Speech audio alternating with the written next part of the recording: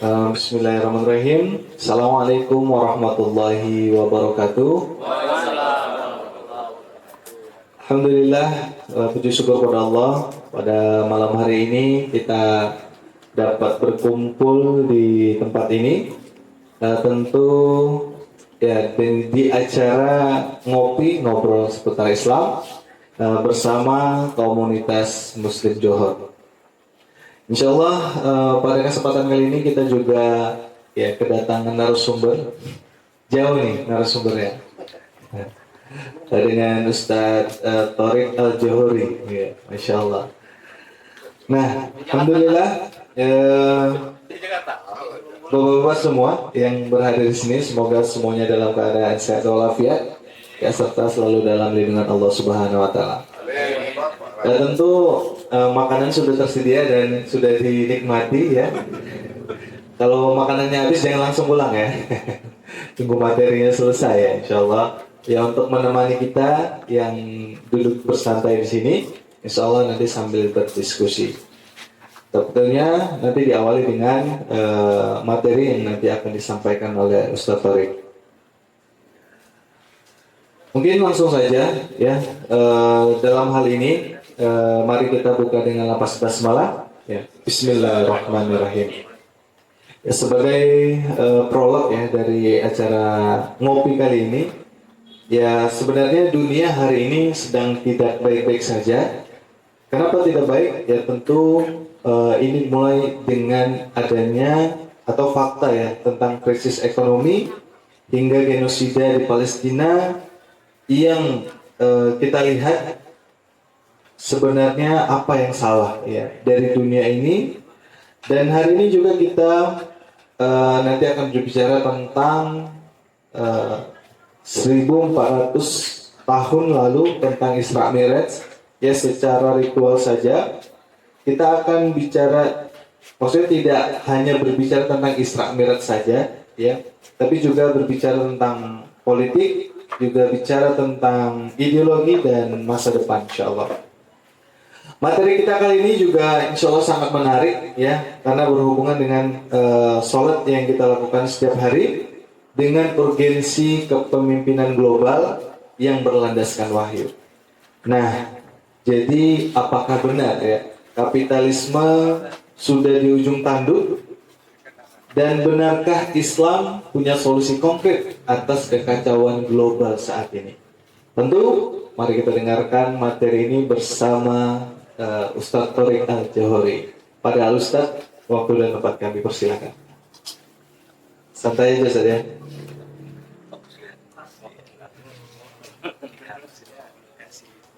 Assalamualaikum warahmatullahi wabarakatuh. Waalaikumsalam. Alhamdulillahi rabbil alamin.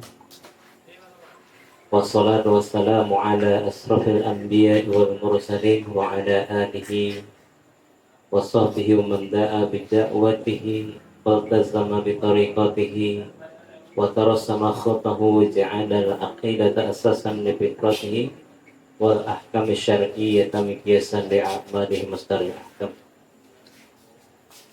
Alhamdulillah, mari kita sama-sama mengucapkan syukur atas limpahan nikmat dan karunia-Nya pada malam hari ini di warkop ya, warkop kopi yang sederhana namun nampaknya di malam Ahad ini insya Allah penuh dengan keberkahan. Amin. Selawat berangkaikan salam mari sama kita sanjungkan kepada Rasulullah Sallallahu Alaihi Wasallam. Allahumma sholli ala Muhammad wa ala ali Muhammad. Semoga kita semuanya mendapatkan syafaatnya. Amin ya rabbal alamin. Tadi moderator sudah ngomongin persoalan malam hari ini kita mau bicara banyak hal, baik itu Isra Mi'raj, baik itu persoalan Palestina, baik itu kondisi keadaan ekonomi dunia global. Kok kayaknya berat kali nih Ustaz. Materinya berat kali ini. Sepertinya enggak. Enggak ya? Enggak. Ringan. Ringan ya, seringan kerupuk yang dimakan. Iya, jadi mungkin sebagai prolog awal gitu ya, memang pada umumnya masyarakat kita itu pada momentum Isra Mi'raj selalunya menapaktilasin Isra Mi'raj itu dari sisi spiritual saja. Umumnya seperti itu, dimensi spiritual yang lebih banyak dikupas tuntas.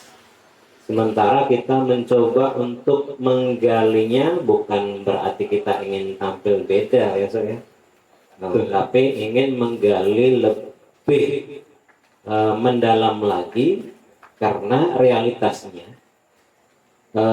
pasca perjalanan Isra wal Mi'raj kemudian selang tak berlangsung lama, Rasulullah SAW itu hijrah ke Madinah dan menjadi seorang kepala negara, dan itu menjadi titik awal di mana umat Islam memiliki sebuah entitas politik sebagai sebuah negara yang secara bargaining, berarti selama ini Rasul dengan para sahabat itu hanya sekelompok dakwah, pada akhirnya memiliki sebuah kekuasaan yang bisa menjadi jalan memperlancar, memperluas dakwah Islam.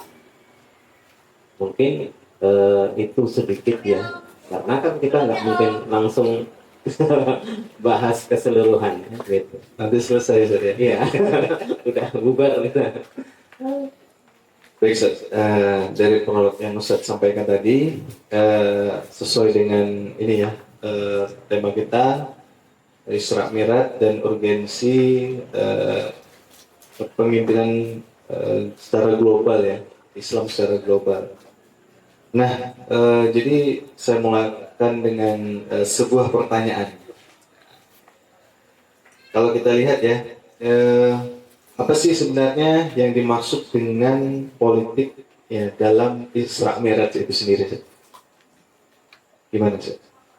Iya, nah ini yang mungkin menjadi pemikiran kita bersama kan, itu bahwa dari tema ini kita ingin mengangkat tentang sisi politisnya dari peristiwa Isra Mi'raj ini di mana rupanya. Gitu. Jadi Nabi Muhammad itu kan nabi terakhir yang diutus oleh Allah Subhanahu wa taala untuk seluruh umat manusia. Jadi Rasulullah itu punya kekhasan tersendiri. Dia tidak diutus kepada kaum tertentu, tetapi diutus untuk umat manusia secara keseluruhan. Jadi kalau kita sedikit ulas mengenai bagaimana Rasulullah SAW itu seakan ditegaskan oleh Allah melalui peristiwa Isra wal Mi'raj itu. Jadi ketika Allah memperjalankan Nabi Muhammad dari Masjidil Haram ke Masjidil Aqsa itu kan bentangan dari berbagai wilayah negara. Gitu ya, lintas negara sudah perjalanan yang ditempuh oleh Nabi Muhammad. Kemudian naik ke Sidratul Muntaha. Dan dalam peristiwa itu Rasulullah SAW menerima ibadah sholat. Dan yang menarik bahwa sisi politisnya itu tergambar di sana, seakan Allah ingin menunjukkan kepada Rasulullah, inilah perjalanan hidup umat Islam ke depan. bahwa bentangan wilayah kekuasaan dan tersebarnya Islam itu akan terbentang ke seluruh penjuru alam. Sekaligus dengan apa? Dengan Allah menurunkan aturan-aturan Islam yang lengkap. Apa yang kemudian menjadi penegas bahwa Allah menurunkan aturan-aturan yang dipersiapkan untuk menyelesaikan permasalahan kehidupan umat manusia? Karena kan nggak mungkin Allah cuma nunjukin Nabi itu inilah wilayah Islam yang akan tersebar luas, kemudian diterima hanya aspek ibadah sholatnya saja. Tidak, gitu.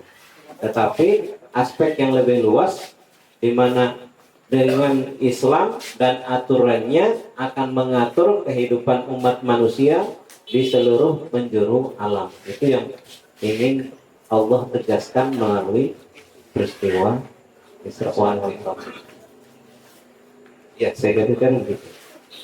Bisa. Jadi terkait dengan awal mula ya, gimana pergerakan Rasulullah dalam dunia politik, tentu ada maksud lah ya, artinya di balik Isra Mi'raj itu sendiri ya, bukan hanya perkara memang sholat semata gitu ya.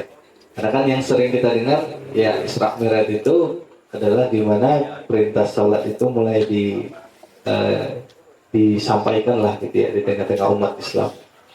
Jadi selanjutnya Ustaz, terkait dengan kaitan sholat lah ya dengan kesiapan memikul amanah kepemimpinan oleh Rasulullah itu sendiri gimana? Iya, kita kan nggak mungkin ngarang-ngarang juga ya kan. Bicara kaitan politik, kemudian pasti kaitannya juga dengan kepemimpinan seorang pemimpin. Dan luar biasanya melalui turunnya perintah sholat ini, seakan Allah ingin mengajari kita kaum muslimin untuk apa? Melalui ibadah sholat kita itu digembleng untuk apa? Untuk menjadi pribadi yang bertakwa.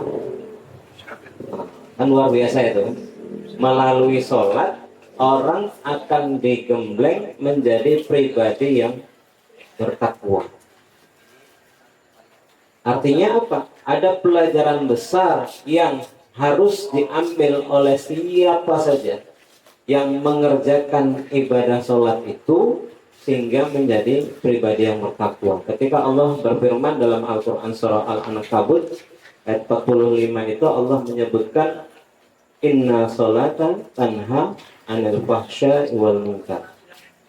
Sesungguhnya orang yang mengerjakan sholat itu maka dapat tercegah dari perbuatan keji dan mungkar. Artinya apa? Kalau seseorang telah memastikan dirinya menjaga ibadah sholatnya, benteng pribadinya sudah ada. Karena biasanya orang yang menjadi pemimpin itu dekat dengan yang namanya khianat, tidak amanah di dalam menjalankan tugas sebagai seorang pemimpin. Dia mengkampanyekan diri, berjanji akan melakukan A, B, C, D, E gitu ya. Nah, tapi pada akhirnya tak dilakukan. Itu khianat. Terus begitu bicara kekuasaan, di sana juga akan banyak proyek yang menghasilkan juara. Dan aktivitas yang sekarang ini paling banyak, pemimpin itu lebih banyak yang terjerat korupsi. Korupsi. Nah, tidak akan mungkin pada saat yang sama dia menegakkan sholat, setelah dia sholat, terus tanda tangan yang di situ ada tindak pidana korupsi. Nah, disitulah letak esensi sholat itu memastikan setiap pribadi terbentengi untuk tidak melakukan perbuatan korup. Terus Ustaz, kalau misal ada yang ya kelihatannya orangnya baik, sholatnya terjaga, puasa sunnahnya bagus, tapi kok juga tetap korup, berarti pandangan manusia melihatnya bagus, tapi di sisi Allah Subhanahu wa Ta'ala belum dinilai baik. Buktinya apa? Belum bisa menjadi benteng untuk menjadikan dia menjadi orang yang amanah dan tidak berbuat korup. Artinya dia akan berani tampil untuk memegang amanah dengan baik, karena pertanggungjawabannya bukan hanya di sisi rakyatnya, tapi juga nanti akan dibawa kepada Allah Subhanahu wa Ta'ala, yang semua manusia, apalagi seorang pemimpin, dia akan menanggung seluruh rakyatnya yang dengan kebijakannya kalau misal terdolimi. Kalau ada satu orang yang sudah tidak sampai makan akhirnya gantung diri, nanti dia bisa nuntut ini. Kalau sudah sampai ribuan rumah tangga yang berantakan, harus cerai, anaknya terlantar dan lain sebagainya karena kesulitan ekonomi, penguasanya bisa diseret ini di akhirat kelak nanti. Nah, semua itu bentengnya adalah dari ibadah sholat yang dikerjakan oleh seseorang yang siap mengemban amanah untuk menjadi seorang pemimpin. Sehingga sebagaimana dikatakan oleh Allah yang lain, ketika seorang pemimpin itu punya masalah, dia akan wasta'inu bis-sabri was-salah. Dia akan minta tolong kepada Allah Subhanahu wa Ta'ala dengan sabar dan sholat. Karena pemimpin itu disuruh untuk banyak bersabar. Dan kalau ada masalah ya harus mengerjakan sholat, munajat dia kepada Allah Subhanahu wa Ta'ala. Jadi gitu. Bisa tadi sedikit kita dengar bahwa memang ternyata ya lintas kepemimpinan itu bukan yang terendah, itu ya mungkin dari diri sendiri, baru keluarga, baru tingkat wilayah atau bahkan sebuah negara gitu kan. Masing-masing bertanggung jawab atas kepemimpinannya gitu Ustaz. Dan tadi ada tips menarik juga tadi ya, bahwa ya kalau pemimpin itu ditimpa dengan cobaan, ya kuncinya sabar dan sholat, minta bermunajat kepada Allah. Ini luar biasa. Tapi satu pertanyaan juga terkait dengan kepemimpinan, bahwa proses Isra Mi'rajnya Rasulullah itu kan akan dikatakan bahwa Rasulullah itu akan mengimami para nabi. Itu konteksnya gimana sih? Ya, dan ini paling banyak diceritakan ya oleh semua para ustadz yang menyampaikan ceramah di Isra Mi'raj. Insya Allah ini nggak kelewat. Ya, kenapa mesti Rasulullah yang jadi imamnya gitu? Jadi ini menjadi apa ya, pelajaran besar bagi kita, bahwa pelajaran besarnya kita ingin menarik kesimpulan bahwa Nabi Muhammad itu memang diproklamirkan langsung oleh Allah menjadi pemimpin lintas zaman nih, dari Nabi Adam sampai dirinya. Masya Allah, jauh saja. Iya, seperti itu ingin Allah tegaskan. Nabi Muhammad itu adalah pemimpin lintas zaman sampai di masa dirinya menjadi seorang nabi. Dan itu, kepemimpinan itu harusnya diwarisi oleh umat Islam menjadi pemimpin di masa yang akan datang. Seperti itu, itulah ingin Allah tunjukkan, Allah ingin tunjukkan seperti itu melalui peristiwa tersebut. Jadi kita tentu patut untuk merenungkan apakah hari ini, gitu, hari ini ketika kita kehilangan, gitu ya, kan kita kehilangan ini, kehilangan apa? Kehilangan kepemimpinan yang seperti dicontohkan oleh Rasulullah itu. Nah, itu menjadi mungkin bisa jadi bahan diskusi kita lebih lanjut kan, berkaitan dengan persoalan-persoalan yang muncul gitu, terkait ketika kaum muslimin tidak memegang kendali kepemimpinan, karena 13 abad setelah Rasulullah tiada, kepemimpinan Islam itu berada di tangan kaum muslimin. Umat manusia itu merasakan bagaimana keadilan, kesejahteraan, kemuliaan, perlindungan itu dirasakan oleh seluruh umat manusia. Padahal inilah yang didambakan oleh umat manusia hari ini. Ya, Zat. Jadi kasus ini juga, Zat. Ini kan terkait dengan kepemimpinan Rasulullah masa itu dan khulafaur rasyidin Indonesia ya, sampai Umar bin Khattab, dari Abu Bakar, Umar, Utsman, Ali gitu kan.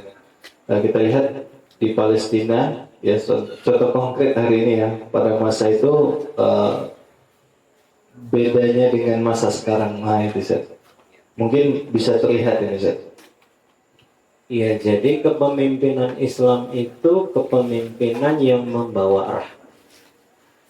Sehingga ketika Islam itu disebarluaskan, sampailah di masa Umar bin Khattab, kaum muslimin dengan pasukannya masuk ke wilayah Al-Quds Palestina itu, maka mereka tidak diperangi, mau tunduk kepada Islam.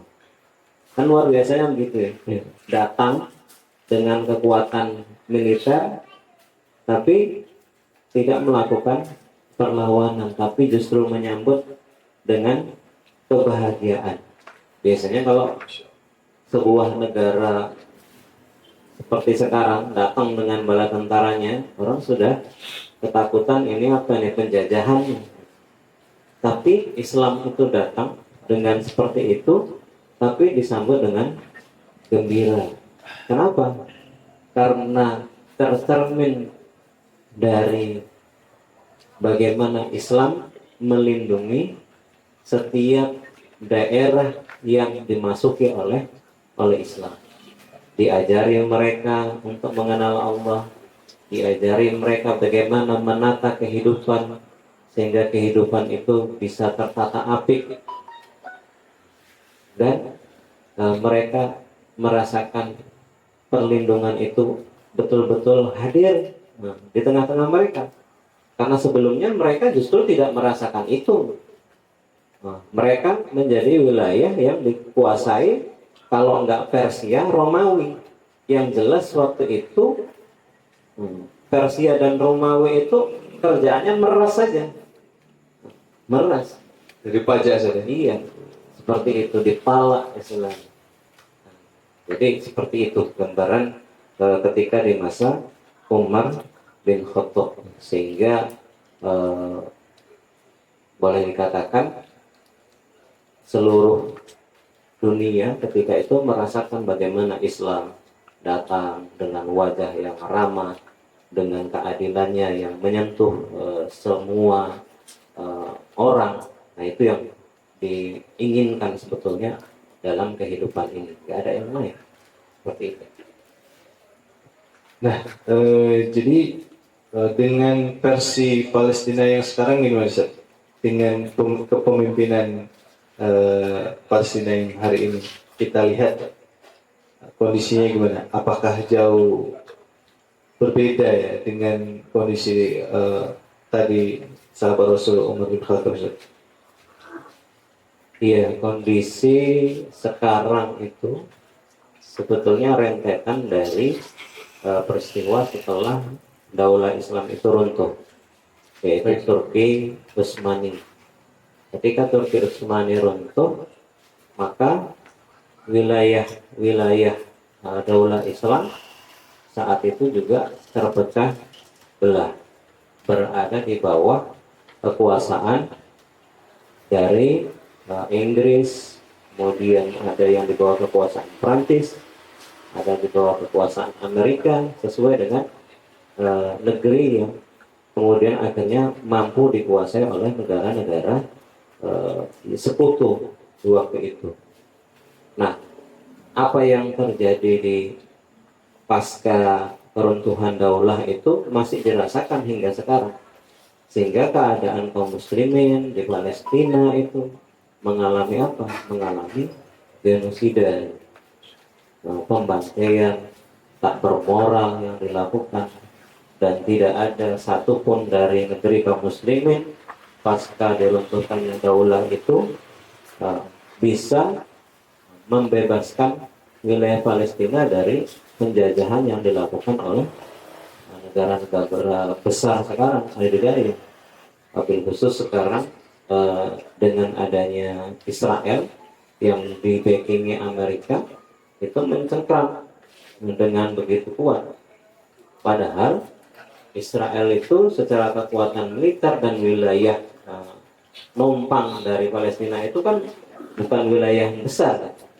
Kalau kaum muslimin bersatu, atau kalau misal ada seorang khalifah yang memimpin dunia, kecil itu menyelesaikan masalah Israel itu, dan membebaskan tanah Palestina dari genosida yang sampai sekarang tidak berujung usai barangkali. Nah, jadi Ustaz, kalau kita lihat juga di dunia saat ini kan ada yang namanya PBB. Judulnya itu Persatuan Bangsa-Bangsa gitu. Nah, ini judulnya persatuan ya. Tapi kenapa di Palestina itu lain dengan daerah-daerah yang lain gitu? Apakah karena tadi ya sistem kapitalisme yang hari ini juga terlalu kuat yang dipegang oleh Amerika ya untuk menjajah gitu berbagai negeri Muslim ya di dunia. Ya, jadi kalau misal kita lihat kondisi kaum muslimin hari ini, gitu, dengan faktor Amerika yang seakan dengan hegemoninya yang begitu kuat, gitu, itu hanya bisa melakukan penguasaan terhadap negeri-negeri kaum muslimin itu karena memang lemahnya kaum muslimin sebetulnya. Jadi karena kaum muslimin itu tidak punya sunnah. Sunnah itu apa? Yaitu kepemimpinan daulah Islam. Ada seorang khalifah yang memimpin di situ. Ketika itu tidak ada, hari ini kan begitu mudah ya.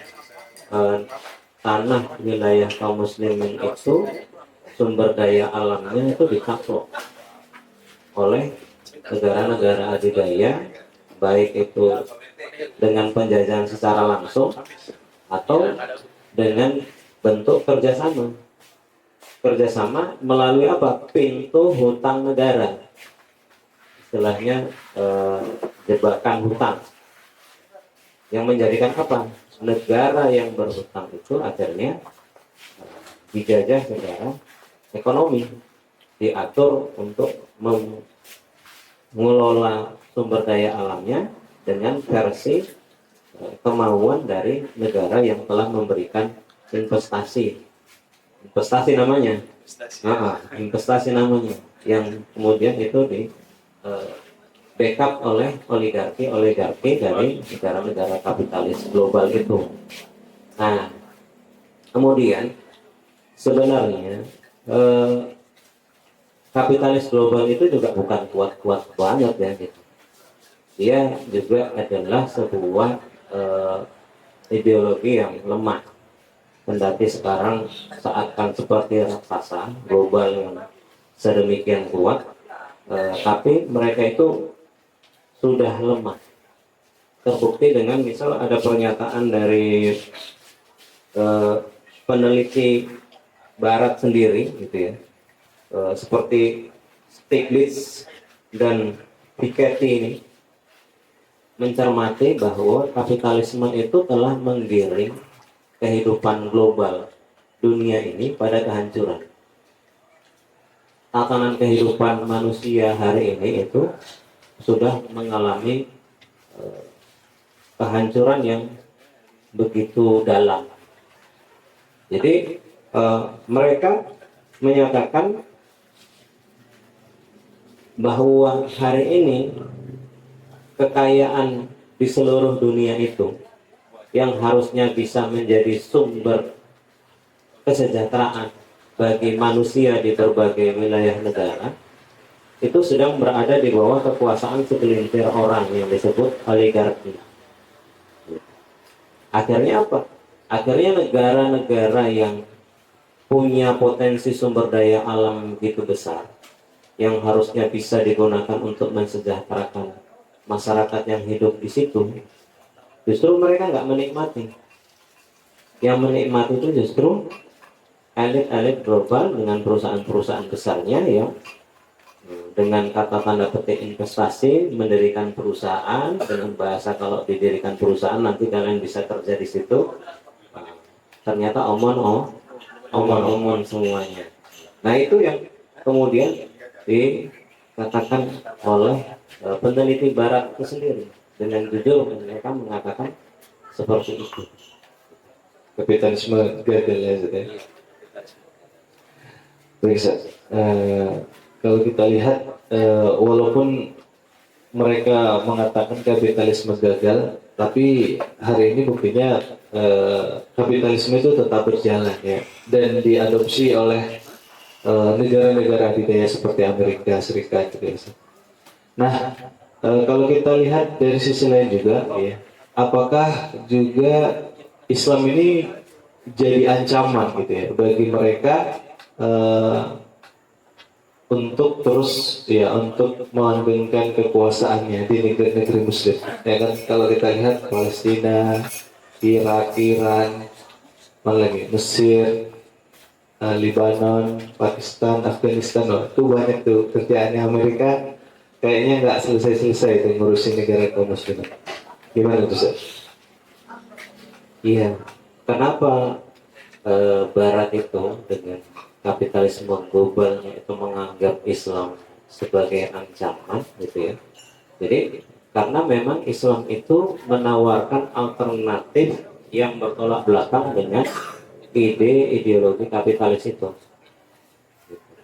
Kalau ide ideologi kapitalis itu ketika melihat sumber daya alam yang begitu melimpah, bahkan dalam kejadian yang terakhir ini yaitu di Venezuela ya, itu kan luar biasa.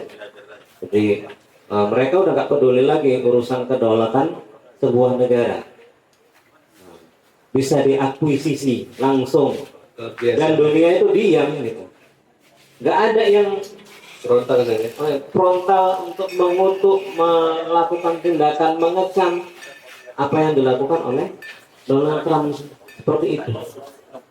Itu menunjukkan apa? Menunjukkan bahwa hari ini pemimpin-pemimpin di dunia itu memang tidak punya ideologi, tidak punya ide dan gagasan. Terus yang punya siapa? Ini Islam ini gitu.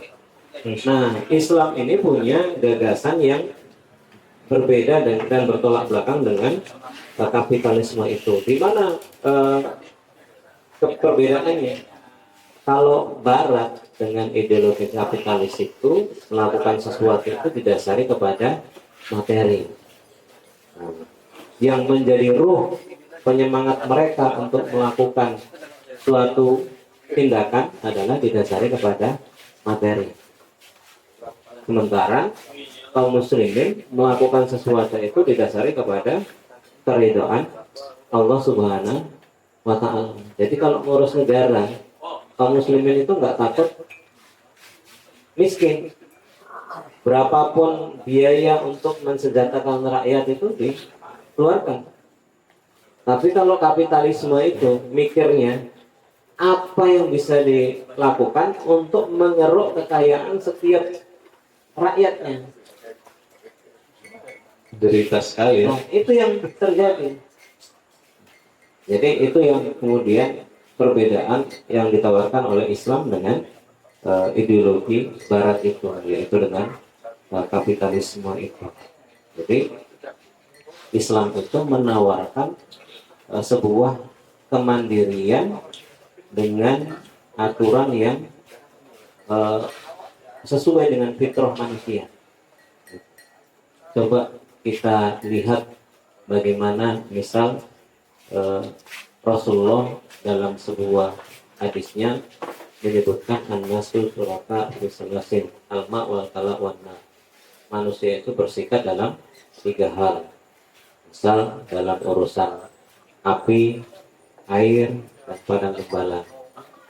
Jadi segala api, sumber api tidak boleh kemudian dikuasai oleh sektor swasta.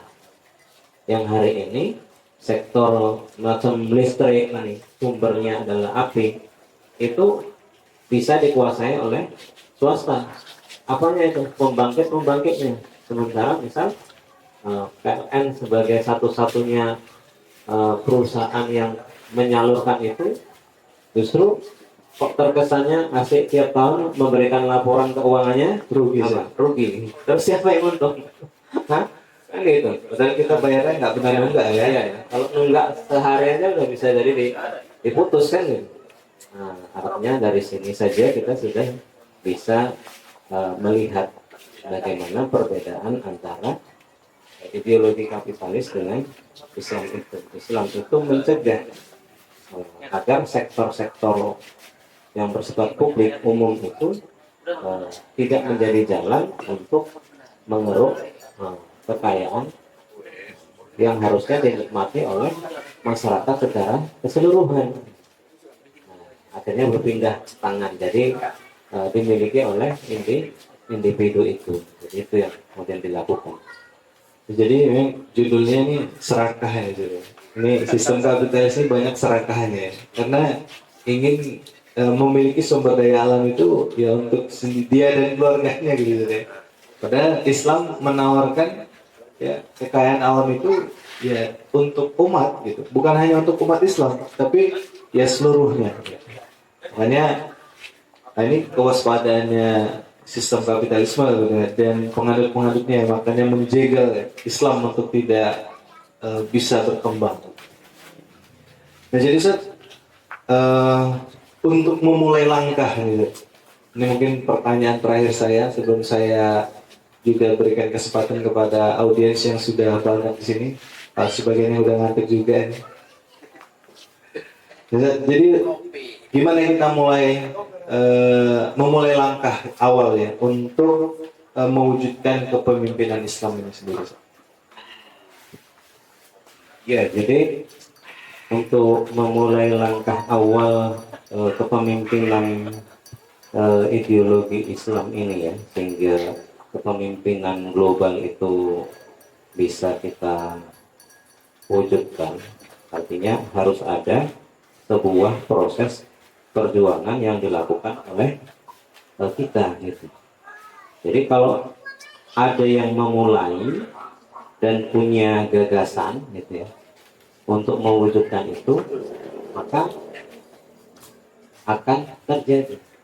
Tapi kalau semua orang berpangku tangan, sudah ada orang yang menyeru untuk ngajak, yuk kita perjuangkan Islam ini dengan apa? Dengan perspektif sebagai Islam ideologi. Gitu. Karena kalaulah Islam ini diperjuangkan hanya dari sisi aspek tadi, kalau kita balik ke hanya aspek spiritualnya saja, gitu. Jadi memandangnya aspek spiritualnya saja, gitu, maka nggak cukup. Nggak cukup. Makanya diperlukan apa? Orang yang memiliki kesadaran Islam secara kafah, menjadikan Islam itu sebagai sebuah ideologi untuk mengatur seluruh kehidupan umat manusia. Dan orangnya harus bergerak. bukan menjadi orang yang apa ya, seperti filosof, hanya mikir aja. Nggak punya roadmap untuk bisa terwujud ide dan gagasan pemikirannya itu. Asik rebahan aja gitu kan. Nah, tapi punya pikiran global tapi rebahan aja, gimana kira-kira? Terwujud? Ya enggak. Lihat ada makanan, enak ini, mengenyangkan, itu dilihat aja. Hah? Semua Ah. Jadi nggak akan bisa dirasakan, bisa mengenyangkan. Jadi kalau malam hari ini kita udah diskusi panjang lebar berkaitan dengan peristiwa Isra Mi'raj, kepemimpinan global, dari sisi politis kita juga sudah lihat. Nah sekarang actionnya apa? Actionnya yang sudah datang ini, sebagaimana Nabi dahulu itu kalau menyampaikan apa pendidikan kepada umat itu, agar menyampaikan kepada mereka yang nggak datang, yang lain. Iya kan? Jadi hari ini kita menjadi penyambung estafet untuk menyampaikan ide dan gagasan ini kepada seluruh kaum muslimin, sehingga kita punya satu persepsi yang sama, satu pemikiran yang sama, satu gerak langkah yang sama untuk melakukan sebuah proses perubahan itu. Saya kira demikian. Masya Allah. Jadi memang dimulai dari kita dan secara berjamaah tentunya, bukan individu ya. Baik, tentu tadi kita sudah dengar dari awal ya, diskusi santai, agak berat kan ya. Nggak, nah, insya Allah santai ya, kita sambil ngopi bisa. Mungkin saya berikan kesempatan juga kepada para bapak-bapak yang hadir di sini. Kita kasih kesempatan untuk bertanya. Yang mau bertanya silakan langsung angkat tangannya. Ada? Oh, kayaknya lagi masih menikmati kopinya ya. Ini kalau ubi rebusnya campur keju enak juga kayaknya. Request itu.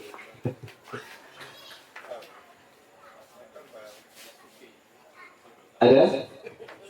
Iya. Ada ya. Silakan Pak. Mungkin ini pertanyaan pertama.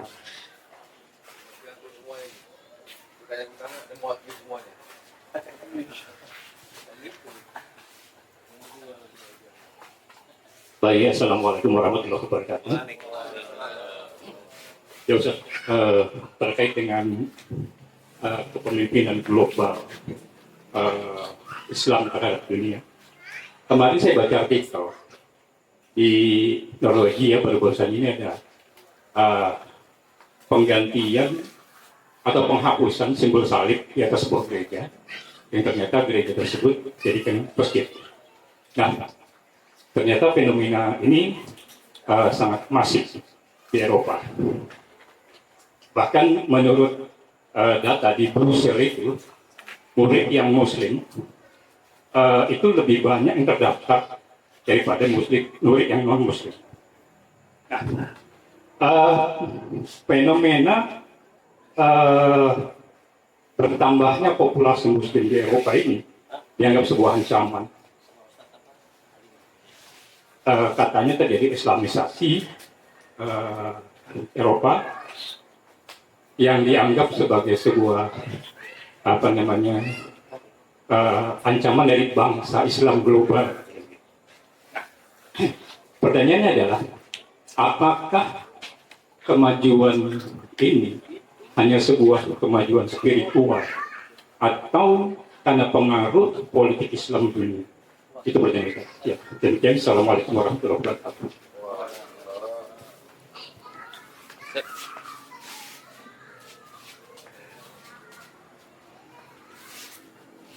Baik, Ustaz. Ini ada pertanyaan dari peserta kita pada malam hari ini. Satu dan untuk semua nih. Iya. Baik, Ustaz. Mungkin bisa langsung dijawab Ustaz, pertanyaan terkait beliau tadi. Iya, jadi fenomena di Eropa atau di Barat berkaitan dengan meningkatnya misal orang yang masuk Islam atau kemudian pendidikan yang meniru dengan cara Islam, semua itu adalah bagian dari sebuah proses gelombang perubahan yang besar. Jadi bukan dari sisi aspek spiritual saja sebetulnya hari ini perubahan itu terjadi, tapi secara politik juga itu terjadi. Buktinya apa? Misal ketegangan yang sekarang terjadi itu bukan karena persoalan aspek spiritual yang menjadi dominasinya gitu. Krisis Palestina, kemudian ketegangan sekarang Iran yang rupiahkan tuh, yang rupiahkan mata uangnya sehingga nggak bisa bertransaksi Internasional nggak bisa. internasional itu kan mematikan sebuah negara.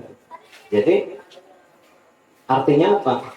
Keadaan itu membangun kesadaran politik. Bukan kesadaran hanya sekedar imannya antar sesama muslim ya, saudara sesama muslim, tidak. Ini ada sebuah persoalan dari sisi bagaimana hegemoni global itu sudah menyentuh kedaulatan negara gitu, untuk menguasai bahkan melumpuhkan sebuah negara demi kepentingan besar dia gitu, untuk kepentingan dirinya semata, dan mengabaikan seluruh perasaan pikiran umat manusia di berbagai negara. Sampai mungkin kalau kita cermati itu banyak juga diskusi terus di mana peran kita Indonesia ini dengan melihat seperti itu. Kan pasti ada ekses dampak yang besar akan muncul. Kenapa?